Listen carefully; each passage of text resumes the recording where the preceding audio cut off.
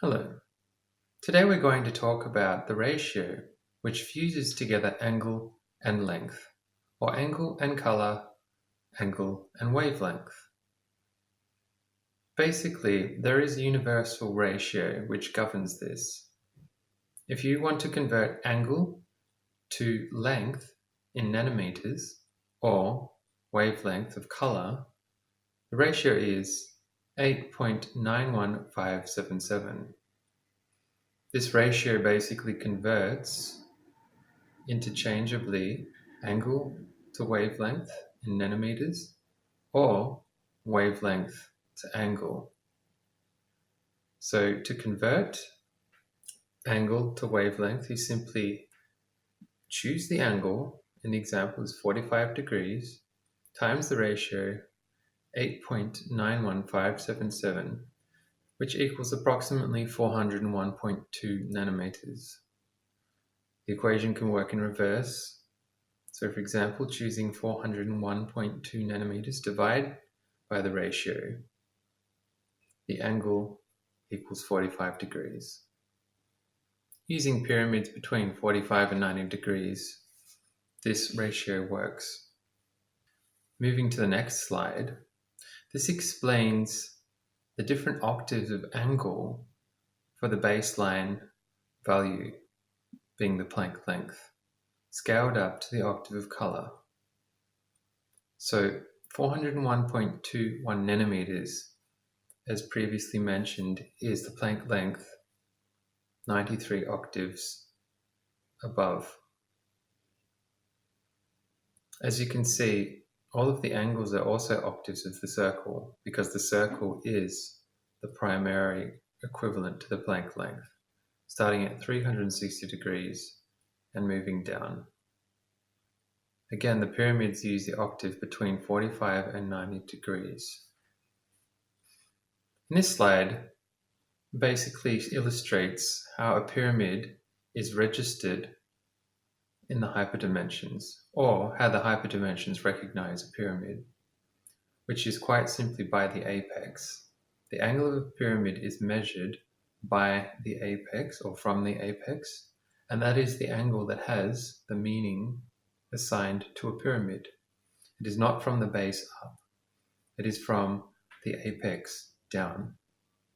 This is the one true and correct way to measure a pyramid. In this slide, basically illustrates the Planck length and the most usable octaves of wavelength. So for example, color being the Planck length times 2 to the power of 93. Then it starts with the first usable wavelength inside the machines. Small machines use this wavelength, which is approximately 6.57 millimeters, which is the Planck length times 2 to the power of 107. Most commonly used is the 13.1469 millimeter wavelength system, which is the Planck length times 2 to the power of 108. And more rarely, the Planck length is used the 26.29 millimeter range. So all of these lengths are related to the Planck length.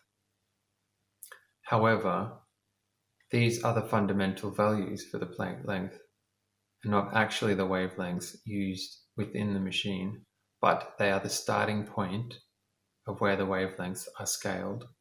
From these wavelengths shown on the screen, the length of the wavelengths used in the machine are scaled down, so ranging from violet down to infrared.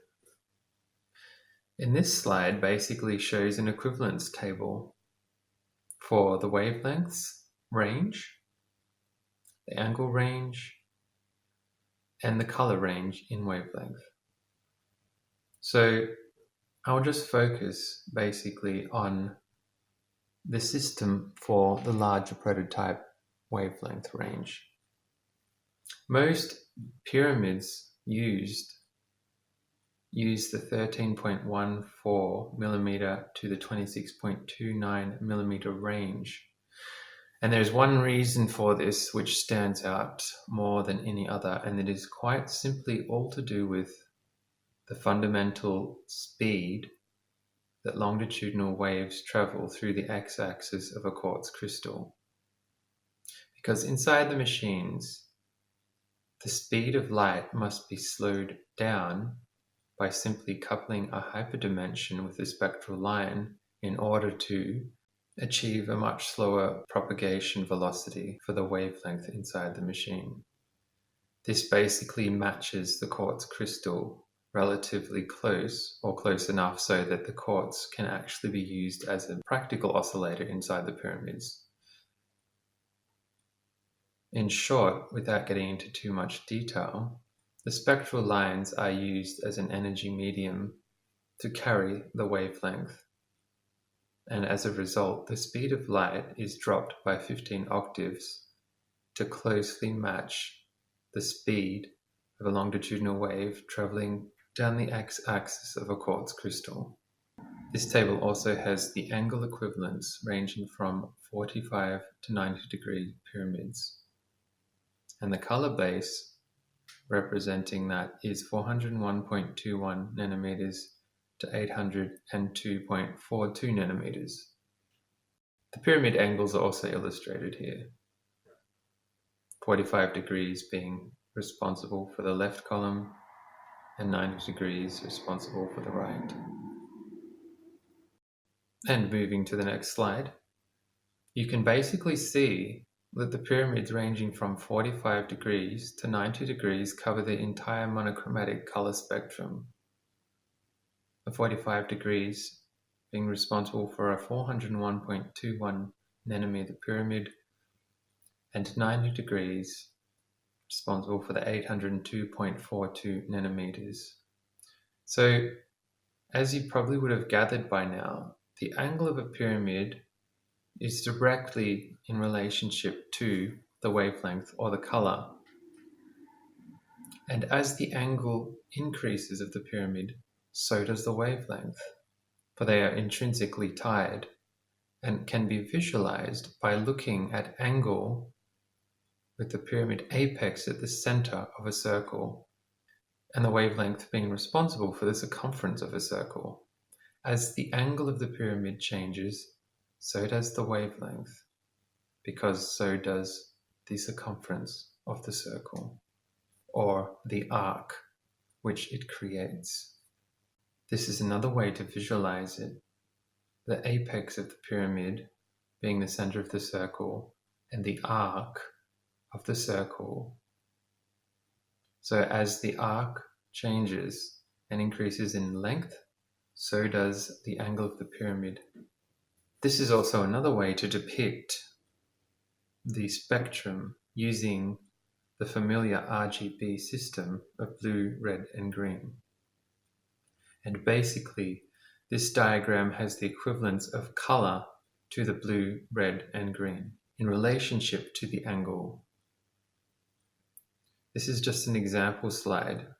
When actually calculating the pyramids, the modalities are derived from perfect integers and not just random places on a circle. The integers of addition and division using basic numbers are how pyramid ratios are derived, and the universal systems being first, ascending from the number 1 upwards. This will be covered in the next video. So that's pretty much those relationships. I hope it wasn't too confusing. Actually, it probably was a bit confusing because it's very hard for me to explain. I have been visualizing it for years, so it's actually all internally hardwired into my brain. I understand it very, very well. However, I am actually realizing it's quite difficult to explain, and there are a lot of assumptions that I make which aren't necessarily true, or I should say there's a lot of things that are so familiar to me I forget to explain them in more detail. So it may require more visualization on your part, which is kind of good because it allows you to absorb the information on a deeper level. But I hope the videos are easy enough to follow.